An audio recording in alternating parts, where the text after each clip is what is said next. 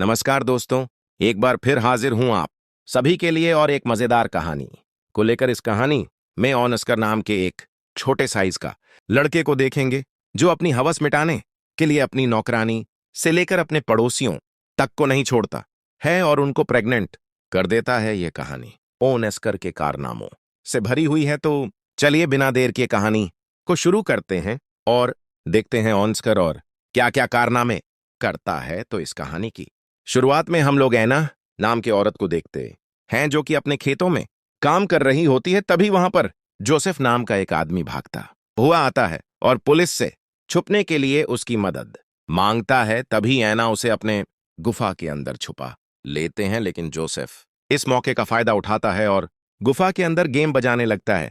Police जब चली जाती है तब जोसेफ बाहर आता है और इन दोनों की दोस्ती हो जाती है। इसके बाद ये दोनों एक दूसरे के साथ रहना शुरू कर देते हैं, लेकिन एक दिन पुलिस उसे देख लेते हैं। इससे पहले पुलिस उसे अरेस्ट करती वो पानी में कूद कर भाग जाता है। जोसेफ के बारे में बहुत सारी बातें फेमस हो जाती है। कुछ लोगों का कहना है कि वह पानी में डूबकर मर गया है, वहीं कुछ लोग यह कहते हैं कि वह यहां से भागकर अमेरिका चला गया है और वहां जाकर एक अमीर बिजनेसमैन बन गया है और वहां जाकर ऐश कर रहा है। वहीं दूसरी ओर हम लोग ऐना और उसकी बेटी एग्नेश को देखते हैं जो कि बाजार में सामान बेचकर अपना गुजारा कर रहे हैं। अग्नेश अपने कजिन जैन से प्यार करती थी कि एक पॉलिश पोस्ट ऑफिस में काम करता है। इसके अलावा ऐना अल्फ्रेड से भी प्यार करती थी जो कि एक जर्मन सेफ था। उन तीनों के कार्यक्रम से ऑस्कर नाम का एक बच्चा पैदा होता है। ऑस्कर पैदा होने के बाद रोता ही रहता है और वह चुप ही नहीं होता जब उसकी मां उसे यह कहती है कि उसके 3 साल होने के बाद वो उसे एक टिन ड्रम देगी। इसके बाद वो रोना बंद कर देता है।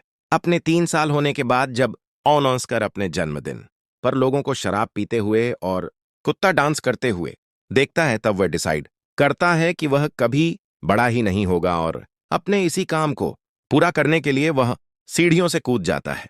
इसके बाद से अब ऑस्कर हमेशा के लिए 3 साल का ही रह जाता है। वो हमेशा अपने ड्रम को अपने साथ रखता है और जब कोई उससे उसकी टूटी हुई ड्रम लेने की कोशिश करता है, वह इतना जोर से चिल्लाता है कि वह अपनी आवाज से कांच को भी तोड़ देता है। धीरे धीरे टाइम गुजरता है। अब ऑस्कर 6 साल का हो चुका है। ऑस्कर ना ही बड़ा हो रहा था और ना ही वह अपने टूटे हुए ड्रम को अपने से अलग करता था, और जब भी कोई उससे उसकी ड्रम को छीनने की कोशिश करता तब वह अपनी आवाज से कांच तोड़ देता था।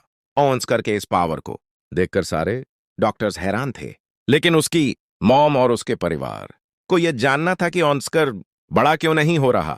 हम लोग देखते हैं कि एग्नेश हर थर्सडे को ऑस्कर को लेकर शहर जाती और वह ऑस्कर को एक दुकान पर छोड़ देती थी। इसके बाद वह जैन के पास जाती थी और वहां जाकर वह जैन के साथ भयंकर घपाघप करती थी। एक दिन ऑस्कर को अपनी मां के बारे में पता चल जाता है। ऐसा करते हुए कई साल बीत जाते हैं और अब ऑस्कर 12 साल का हो चुका है। एक दिन ऑस्कर अपने मॉम डैड के साथ सर्कस देखने के लिए जाता है, जहां वह कुछ बने लोगों को परफॉर्म करते हुए देखता है। उन बनों के परफॉर्मेंस को देखकर नस्कर के मॉम डैड को ऐसा लगता है कि शायद नस्कर भी एक बोना है। सर्कस का खत्म होने के बाद नस्कर डेबरा नाम के एक पोने से मिलता है जो कि नस्कर के टैलेंट को देखने के बाद उसे अपने सर्कस में काम करने के लिए ऑफर देता है। लेकिन तभी नस्कर के मॉम डैड वहां पर आ जाते हैं और वो ऑस्कर को अपने साथ ले जाते हैं। इसके कुछ दिनों के बाद हम देखते हैं कि ऑस्कर की मां ऑस्कर को जिस दुकानदार के पास छोड़कर जाया करती थी, वह दुकानदार भी धीरे धीरे एग्नेश से प्यार करने लगा था और उसे और ऑस्कर को अपने साथ लंदन चलने के लिए कहता है। लेकिन तभी अग्नेश उसे मना कर देती है और वहां से चली जाती है। इसके कुछ वक्त बाद एग्नेश को यह पता चलता है कि वह प्रेग्नेंट है और उसके पेट में जैन का बच्चा है। इस बात से अग्नेश बहुत परेशान हो जाती है और वह टेंशन की वजह से बहुत सारी मछलियां खा जाती है, जो कि उसे खाना बिल्कुल भी पसंद नहीं था। वहीं उसके पति अल्फ्रेड को इस बात से कोई भी फर्क नहीं पड़ता कि एग्नेश के पेट में किसका बच्चा है, और वह एग्नेश को सिर्फ खुश देखना चाहता था। लेकिन ऑस्कर के पैदा होने के बाद एग्नेश को कभी भी खुशी नहीं हुई, इसलिए वह अपने इस बच्चे को पैदा करना नहीं चाहती है और बहुत ज्यादा मछलियां खाने की वजह से उसे फूड पॉइजनिंग हो जाती है और उसकी मौत हो जाती है इस कुछ सालों बाद हम लोग ऑस्कर को देखते हैं जो कि अपनी टूटी हुई ड्रम को ठीक कराना चाहता है। यह सब उस वक्त में हो रहा था जब जर्मनी पूरे पोलैंड पर हमला करके उस पर कब्जा करने की कोशिश कर रहा था। वहीं पोस्ट ऑफिस में भी पोलिश लोग जर्मनी पर हमला करने की तैयारी कर रहे थे। तभी अचानक जर्मन का उन पर हमला हो जाता है। इस हमले से बहुत सारे लोग मारे जाते हैं, जिनमें से एक जैन भी था। ऑस्कर इस हमले से किसी तरह से बच जाता है और वह यहां से भाग जाता है। इसके कुछ दिनों के बाद हम लोग देखते हैं कि अल्फ्रेड, एक 16 साल की लड़की जिसका नाम मारी था, उसे अपनी दुकान में काम करने के लिए रखता है। मारिया दुकान के साथ साथ ऑस्कर का भी ध्यान रखती थी। धीरे धीरे ऑस्कर को भी मारिया से प्यार होने लगता है। ऑस्कर की उम्र भी मारिया जितनी ही थी, लेकिन मारिया को इस बात पर यकीन नहीं था और वह ऑस्कर को अभी भी बच्चा ही मानती थी। अब एक रात अल्फ्रेड किसी काम से शहर से बाहर जाता है। तभी ऑस्कर मारिया के पास जाता है और किसी चूहे की तरह उसके कंबल के अंदर घुस जाता है और गपागप करने लगता है। मारियो को भी ऐसा करने में अच्छा लगता है, इसलिए वह ऑस्कर को ना नहीं कहती।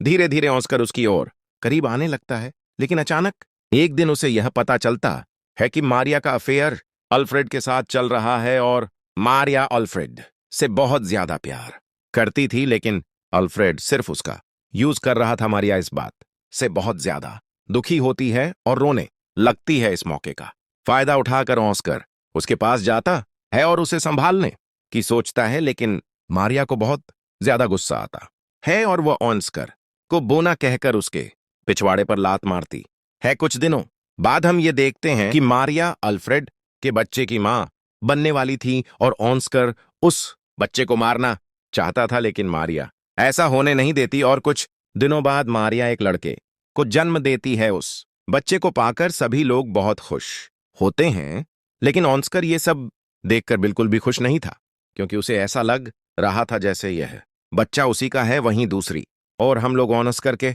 दोस्त डेब्रा को देखते हैं, जो कि वर्ल्ड वॉर के दौरान नाज आर्मी में एक बड़ी पोस्ट पर काम कर रहा था। फिर एक दिन वह ऑस्कर को भी अपनी टीम में आने के लिए बोलता है। यहाँ ये लोग पेरिस में परफॉर्मेंस करने वाले थे। ऑस्कर इन लोगों के साथ मिलकर सारे लोगों को अपना टैलेंट दिखाता है। उनके साथ काम करते हुए उसे अपनी टीम की एक लड़की जिसका नाम रोज बीता था, उससे प्यार हो जाता है। अब कई दिन बीत जाते हैं और अब ऑस्कर अपने दोस्तों के साथ बहुत खुश था और अपनी जिंदगी हिसाब से जी रहा था और वह जैसा चाहे वैसा कर सकता था।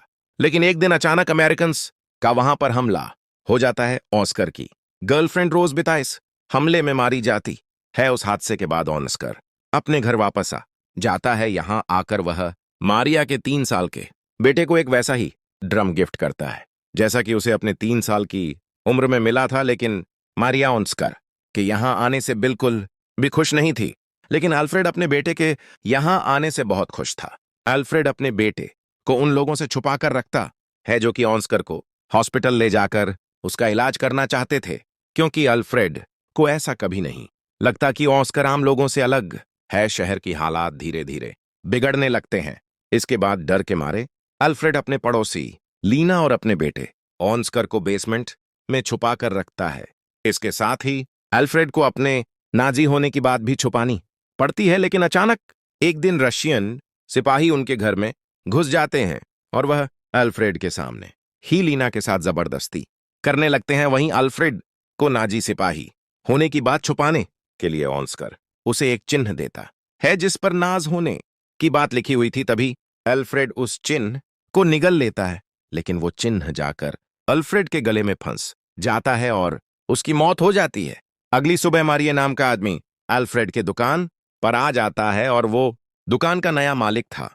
दुकान को अपने कब्जे में करने के बाद मारिये अल्फ्रेड का फ्यूनरल कर देता है, क्योंकि वो हाल ही में अपने पत्नी और बच्चे को खोया था और जानता था कि अपने को खोने से कैसा लगता है। अल्फ्रेड के मरने के बाद ऑस्कर समझ जाती है कि उसका इस दुनिया में कोई नहीं है। ऑस्कर फिर ये डिसाइड करता है कि अब वो बड़ा होगा। इसके बाद ऑस्कर अपने ड्रम को अल्फ्रेड के साथ दफना देता है, लेकिन तभी कहीं से एक पत्थर आता है और वह सीधा जाकर ऑस्कर के सर पर लगता है, जिसकी वजह से ऑस्कर वहीं पर बेहोश हो जाता है। यहीं पर एक आदमी इन लोगों को बताता है कि ऑस्कर अब बड़ा होने लगा है मूवी के लास्ट में हम लोग ये देखते हैं कि ऐना को छोड़कर बाकी सारे लोग शहर को छोड़कर जा रहे हैं, जहां ऑस्कर को पता चलता है कि उसके चिल्लाने की शक्ति अब जा चुकी है, और लास्ट में ऐना वहीं पर रह जाती है जहां से इस कहानी की शुरुआत हुई थी। और इसी के साथ ये मूवी यहीं पर खत्म हो जाती है। तो दोस्तों, कैसी लगी मेरी वीडियो? अच्छी लगी हो तो एक लाइक जरूर करें और मेरी चैनल को जरूर सब्सक्राइब करें। तो मिलते हैं नेक्स्ट वीडियो में। धन्यवाद।